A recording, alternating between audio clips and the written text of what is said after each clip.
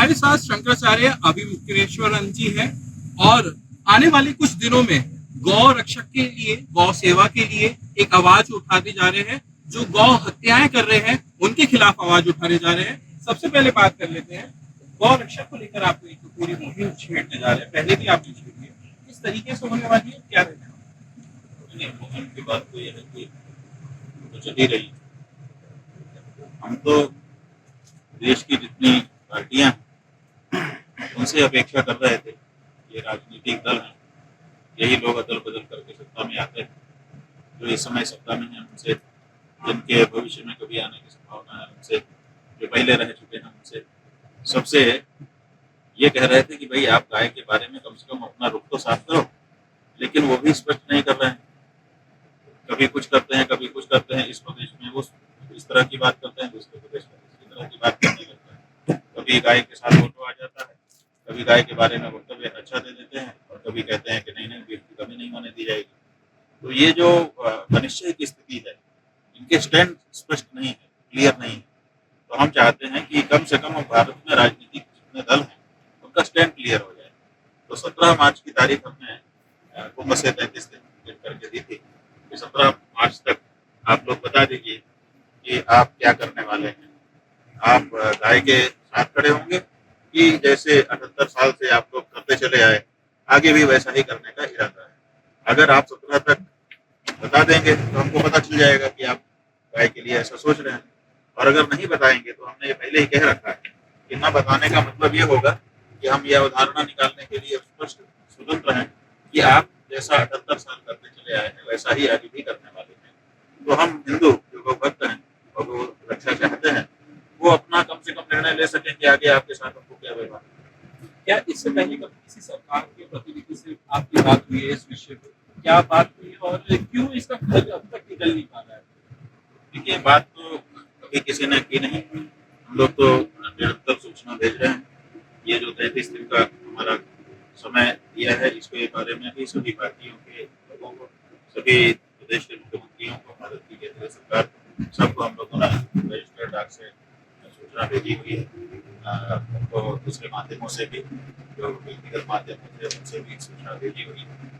अभी तक कोई तो बात करने के लिए आया है। तो इसमें जब 17 तारीख से शुरू होगी तो इसमें चारों की कमीशन के सभी शामिल होंगे और इनके अलावा और कौन शामिल होंगे? देखिए, चारों की कांग्रेस शंकराचार्य जी इस जो लोक प्रतिष्ठा आंदोलन है उसको समर्थन दे रहे हैं, आशीर्वाद अपना दे रहे हैं, और हम इसमें स्वयं उपस्थित होकर के इस बात को आगे बढ़ा रहे हैं। तो जब जरूरत पड़ेगी, ऐसा पूरे देश का वातावरण आ जाएगा, चारों शंकराचार्य जी इकट्ठा एक जगह बैठ करके कहें तो वो भी कहेंगे, लेकिन अभी तो हम करेंगे। और हमने पब्लिक को भी बहुत भीड़ नहीं बुलाया। हाँ, जो गौ माता से सीधे सीधे हृदय से जुड़े हुए लोग हैं वो तो आ जाएंगे, तो कैसे मना करेंगे। लेकिन हमने कोई पब्लिक नहीं बुलाया, हम स्वयं 35 दिन तक प्रतीक्षा कर रहे हैं, और एक दिन प्रतीक रूप में सुबह से लेकर के सायंकाल तक, प्रातःकाल से लेकर के सायंकाल तक, 7 बजे सुबह से लेकर के सायंकाल 5 बजे तक दिल्ली के रामलीला मैदान में बैठेंगे। ये प्रतीक दिखाने के लिए हम आपकी प्रतीक्षा कर रहे हैं, अभी भी बता दीजिए, फिर बाद में कोई दोष न दे कि आपने कहा नहीं। इसलिए पूरा समय दे करके उनकी जो भावना है गौ माता के बारे में, उसको हम चाहते हैं कि जनता के सामने स्पष्ट कर दें। अच्छा, पूरे भारत में भाषाओं को लेकर राजनीति चल रही है इस टाइम। जो यूपी के मुख्यमंत्री हैं वो कह रहे हैं कि उर्दू जो पढ़ने वाले हैं, मतलब विपक्ष पे निशाना साधते हुए कहा कि जब अपने बच्चों को पढ़ाने की बात आती है तो इंग्लिश पढ़ाते हैं, और जब आम जनता की पढ़ने की बात आती है तो उनको उर्दू से मतलब एक तरीके से वर्ड जो इस्तेमाल है, आप मुल्ला मौलवी बनाना चाहते हो, तो इस पे आपकी क्या राय है? तो ये मुख्यमंत्री हैं, प्रायः राजनीतिक वक्तव्य उनका होता है, तो उनकी राजनीति को सूट करने वाला जो वाक्य है वो उन्होंने अपना कहा।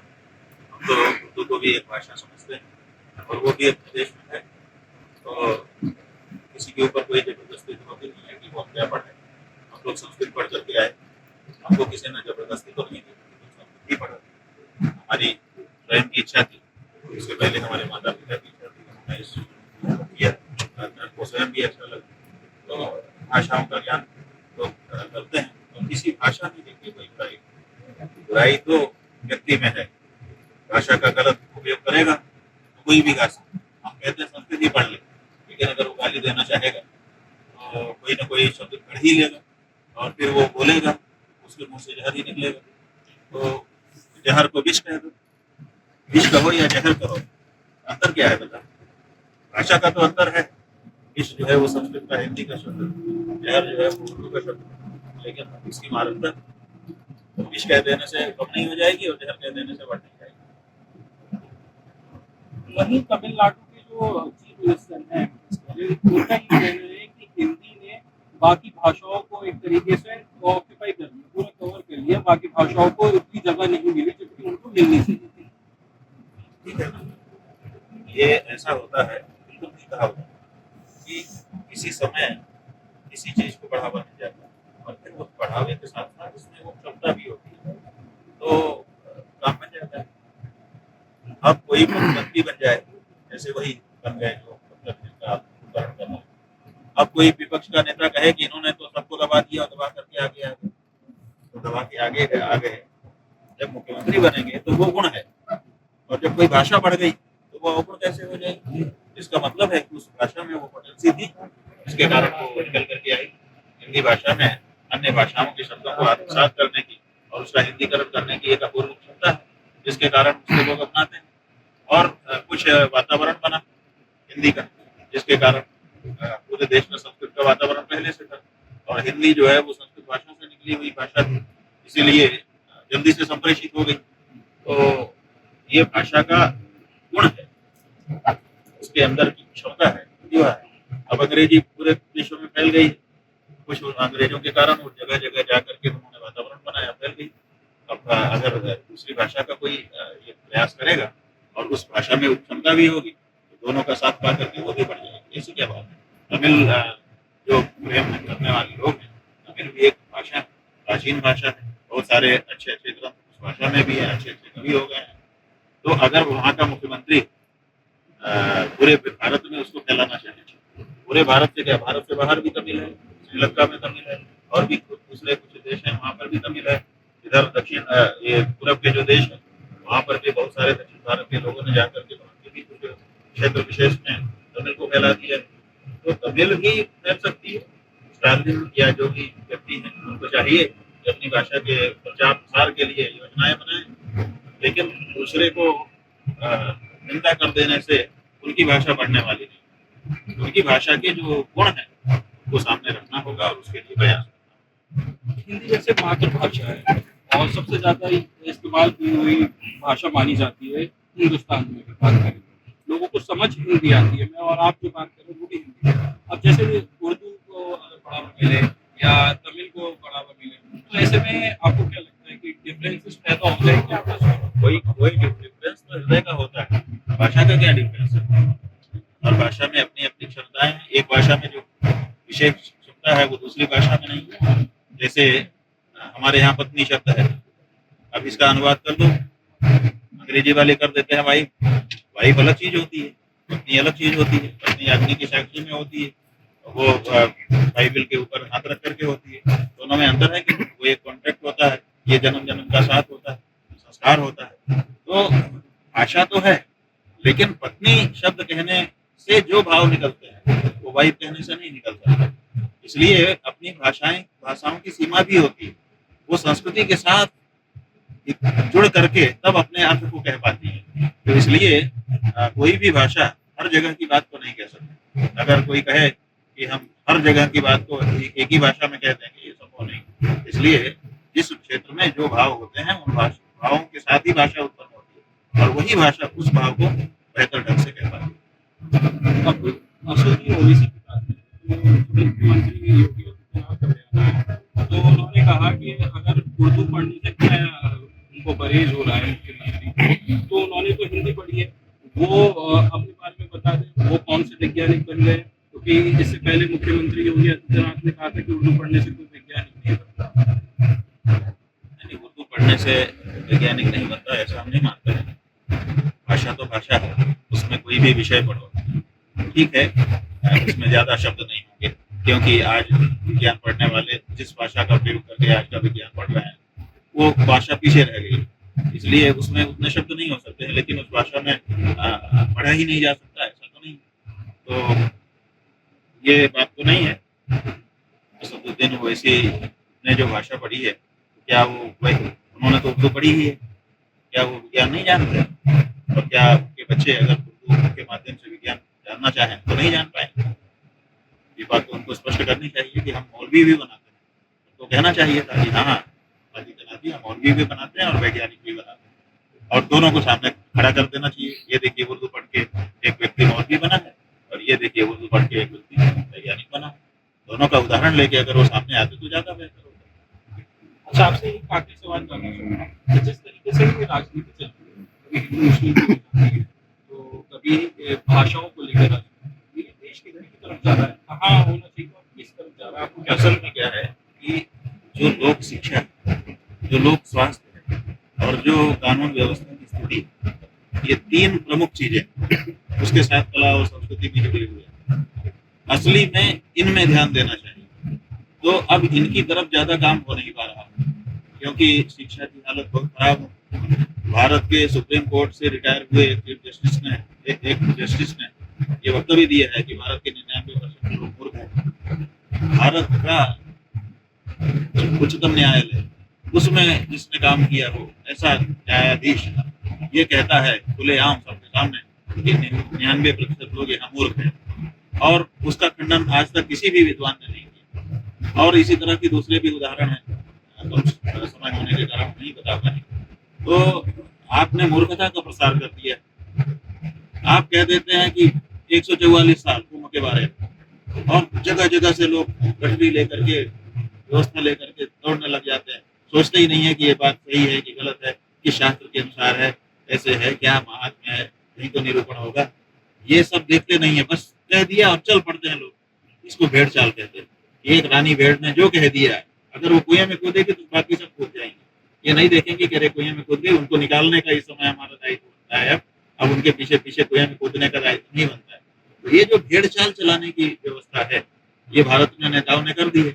यहाँ लोग स्वास्थ्य के बारे में कोई चर्चा नहीं होगी, लोग बजा करके मरेंगे, सड़कों पर प्रसव हो जाएंगे, लोग जो है बिना इलाज के मर जाएंगे। यहाँ पर शिक्षा की परिस्थिति यही है, आप देख ही रहे हैं, बिक रही है शिक्षा।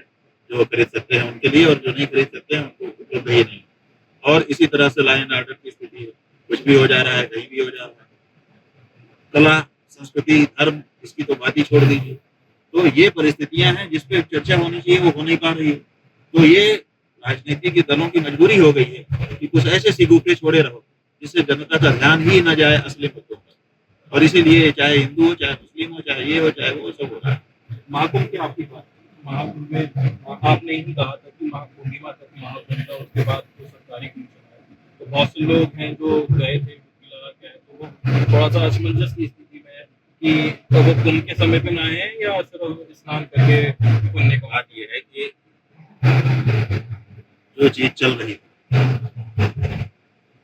उस के चलाने वाले जो लोग हैं वो इसके जिम्मेदार होते हैं। जो श्रद्धालु है वो तो कुंभ समझ करके गया है, तो कुंभ समझ के गया है तो उसको माइंड सेट के कारण कुंभ का फल मिलेगा। और जो लोग वहां गए हैं कुंभ समझ के ना भी गए तभी प्रयाग तो गए, वो धर्म क्षेत्र है, पवित्र क्षेत्र, गंगा है, यमुना है, वहाँ तो धारा पवित्र धाराएं।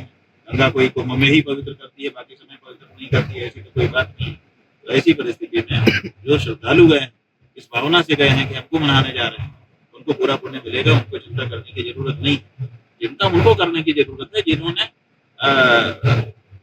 मनमाने ढंग से इस स्थिति से इस स्थिति तक कुंभ होगा ऐसा विस्तार कर लिया अपने अपना बिना शास्त्र के समर्थन के। इसके बाद एक सदन चला, मुख्यमंत्री ने कहा कि सुअरों को गंदगी दिखी है वहाँ पे और गीदड़ों को घास दिखी है, तो पूरा वो अपना भाषण दिया, जिसके बाद काफी चर्चा होना है। तो आपको क्या लगता है कि ये इस तरीके का बयान आने से मतलब ये है ना कि उन्होंने माना कि जो गीत गए वहाँ उनको वहाँ लाशें दी।